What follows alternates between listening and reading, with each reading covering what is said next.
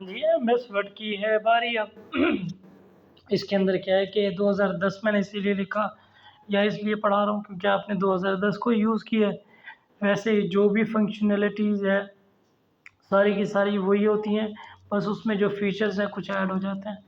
जैसे कि यहाँ पे हमारे पास कुछ डिज़ाइन होंगे, पुराने होंगे, और जैसे पीपीटीज़ के आपने डिज़ाइन देखे हैं 2010 में पुराने होंगे, 2020 में या 21 में बहुत अच्छे होंगे, 24 में बहुत अच्छे डिज़ाइन आ गए होंगे। समझ गए? अच्छा, तो फिर ये सबसे पहले क्या है, वर्ड, माइक्रोसॉफ्ट वर्ड, ठीक है। ये माइक्रोसॉफ्ट की कंपनी है, जो कि विंडो वाली जो कंपनी है, ये उन्होंने ही बनाया था। उन्होंने विंडो के अंदर भी ये एम एस उसके अंदर वर्ड पैड दिया हुआ है, लेकिन वो कारामद इतना नहीं है जितना कि ये फेमस हुआ है। पहले ये था कि जैसे लोग हाथों से काम करते थे ना, हाथों से मुराद ये कि हैंड रिटन जो है ना, रजिस्टर बना लिए, ये चीज़ें बना ली, वो चीज़ें बना ली, और मैनुअली काम करके कैलकुलेट करते थे, फार्मूलों का इस्तेमाल करते थे।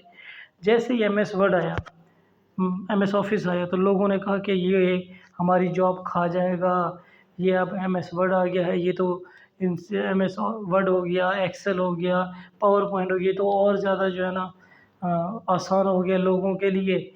अब जिसको ये चीज़ आती होगी उसी की जॉब होगी, तो ज़ाहिर सी बात है।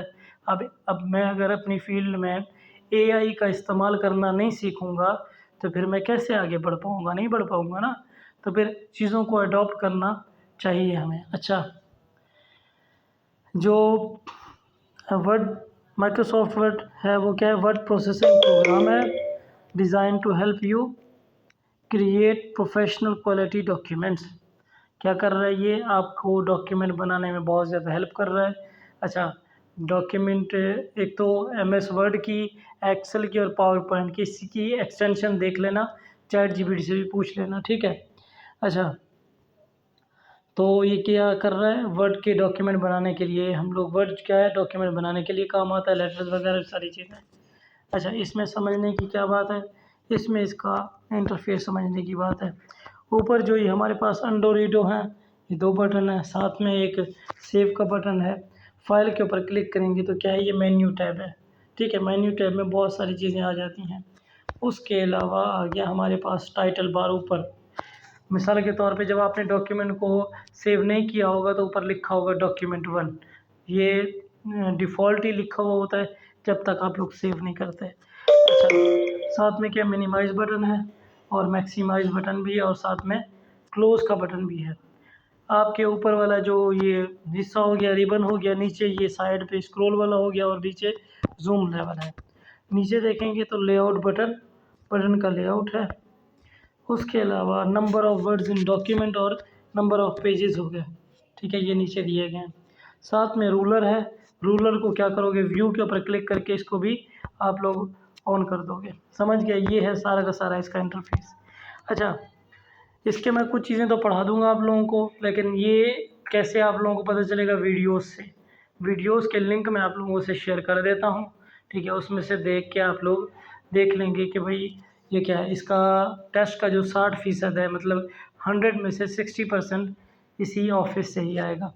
ये डोमिनेंट है, क्यों डोमिनेंट है, क्योंकि हमारे पास जो कंप्यूटर है वो स्किल है, कंप्यूटर स्किल से मुराद आपको स्किल्स करवाने हैं। अच्छा, ऊपर वाले जो हो गए, सबसे पहले ये आपके क्या होगा, टैब्स होगा, जिसमें home, insert, page layout, reference. अच्छा, होम के अंदर क्या क्या चीज़ें आ जाती है, कौन कौन सी रिबन्स आ जाती हैं, उसमें आप लोग क्या करोगे, फ़ॉन्ट है, उसके अंदर पैराग्राफ है, उसके अंदर क्या है, स्टाइल्स है, ठीक है। उसके अंदर और क्या है, एडिटिंग भी है। इसी तरीके से जब हम, अगर हम लोग होम टैब के बाद फिर हम लोग इंसर्ट टैब डालेंगे तो इंसर्ट में क्या होगा, टेबल को इंसर्ट कर सकेंगे, पेजेस को भी, जैसे cover page, blank page add कर सकते हैं। अच्छा, इलस्ट्रेशन, मिसाल के तौर पे क्लिप आर्ट को, शेप्स को भी ऐड कर सकते हैं। स्मार्ट आर्ट जो हो गया, जो कि डायग्राम्स बनाने के लिए हमारे पास यूज़ होता है, ठीक है। और उसके बाद क्लिप आर्ट्स हो गए, ये मैंने इसके यूज़ वगैरह बताए थे। अगर आपको फिर भी नहीं पता हो तो फिर आपको मैं यूट्यूब चैनल का लिंक दे दूँगा, उस लिंक से आप लोग विजुअली देख सकेंगे, ठीक है। पेज लेआउट का पता है कि आप लोगों को पेज की जो ओरिएंटेशन है, लैंडस्केप रखनी है, या फिर पोर्ट्रेट रखनी है, मार्जिन कितना रखना है, साइज़ पेज का क्या होगा। न्यूज़पेपर में जैसे कॉलम्स की सूरत में इंफॉर्मेशन होती है, पेज को आपस में ब्रेक कैसे किया जाता है, ठीक है, ये चीज़ें हो गई। उसके बाद है रेफरेंस टैब हो गया। रेफरेंस टैब मैंने आपको पहले बताया था कि जब भी राइटर अपनी बुक राइट करता है तो आखिर में क्या कर रहा होता है, वो किसी का रेफरेंस दे रहा होता है, बुक्स का रेफरेंस दे रहा होता है, राइटर का नाम लिख रहा होता है आपा स्टाइल में, और भी बहुत सारे स्टाइल्स हैं इसके। तो ये देख लीजिएगा खुद ही, आप लोग पढ़ लीजिएगा इसको। मेलिंग टैब हो गया, मतलब आपने जो फाइल बना ली है उसको मेल करना, लेकिन हमारे जो कंप्यूटर उसके अंदर ऑफलाइन है चीज़, ऑनलाइन नहीं है।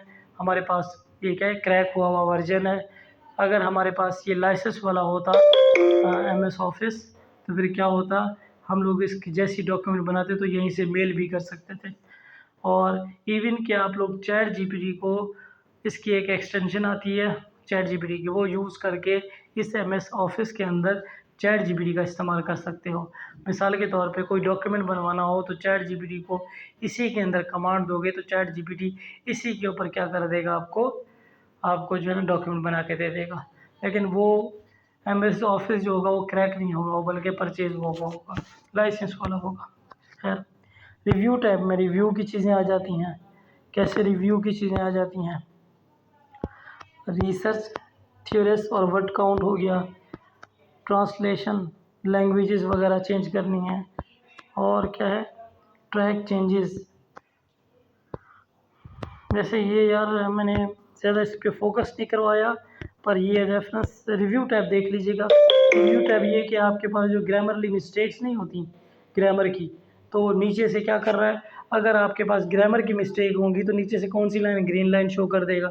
अगर स्पेलिंग मिस्टेक होंगी तो क्या करेगा, वो रेड लाइन कर देगा। बस इसको रिव्यू करना है आपने, रिव्यू करके देखना है कि किसको इग्नोर करना है और किसकी ग्रामर ठीक करनी है और किसकी स्पेलिंग ठीक करनी है। ये है रिव्यू टैब। अच्छा, व्यू टैब, व्यू के अंदर रूलर आ जाएगा, जूम आ जाएगा। ये रहा रूलर, इसको क्लिक किया हुआ है तो इसलिए आपके पास आपको रूलर शो हो रहा था उस वक्त, ठीक है। प्रिंट लेआउट, प्रिंट का जो लेआउट है वो किस तरह होगा। असल में ना कुछ लोग MS वर्ड का यूज़ पहले रीडिंग के लिए भी करते थे, ठीक है। अब MS वर्ड के ऊपर जो डॉक्यूमेंट है उसको रीड करना चाहें तो फिर क्या करेंगे, फुल स्क्रीन रीडिंग हो गया, प्रिंट लेआउट पे हो गया, आउटलाइन या फिर ड्राफ्ट की सूरत में, ये सारी की सारी चीज़ें ये हैं। गेटिंग स्टार्टेड, ये आप देख लें, इसमें थोड़े से लिखे हुए हैं how to create a new documents. ये वैसे अच्छा, ये जो इसमें टेम्पलेट का जिक्र किया गया, टेम्पलेट कौन से, CV का टेम्पलेट। अगर आप ऑनलाइन, अगर आपके पास लाइसेंस वाला MS ऑफिस होता तो उसके अंदर टेम्पलेट बने हुए हैं, CV का बना बनाया टेम्पलेट वहाँ पे होता है। और भी बहुत सारे जो एजेंडाज हैं करने के, उसमें बहुत सारे टेम्पलेट हैं जो कि अवेलेबल होते हैं, ठीक है। अच्छा, इसमें एक ये कुछ चीज़ें दी गई हैं कॉपी पेस्ट वगैरह की, ये आपने देख लेनी है, इसको रीड कर लेना एक दफ़ा कि कीप का क्या मतलब होता है, कीप सोर्स फॉर्मेटिंग का, कीप टेक्स्ट ऑन क्या मतलब होता है। और इधर एक P आता है, ये जो P लिखा हुआ है, ये शो और हाइड, पैराग्राफ को शो और हाइड कर रहा होता है। जब भी इसको इसके ऊपर गलती से क्लिक हो जाए तो फिर क्या होगा, आपका जो डॉक्यूमेंट है वो बिगड़ जाएगा। आप कहोगे ये PP क्या है, ये तो ना इसके अंदर चीज़ें ऐड हो रही हैं, PP को हटाता हूँ, हट ही नहीं रहा। तो ऊपर से जिसको क्लिक करेंगे तो फिर ये हट जाएगा आपका खुद। अच्छा, इसी के अंदर क्या है कि एक अपर केस का भी होता है। मैंने आप लोगों को एक शॉर्टकट बताई थी कीज़, मैंने कहा था कि अपर केस के लिए शॉर्टकट कीज़ भी हमारे पास होती हैं। वैसे अपर केस के लिए यहाँ पे एक रेफरेंस के नीचे जो ABC के साथ ना दिखा देता हूँ आपको, ये इसके ऊपर क्लिक करेंगे तो फिर क्या करेगा, ये अपर केस में हो जाएगा आपका सेलेक्ट हुआ हुआ डॉक्यूमेंट, ठीक है। उसके बाद मैं आपको इंशाल्लाह यूट्यूब की वीडियो का लिंक दे दूँगा, उसमें फिर आप आराम से समझ जाएंगे, ठीक है।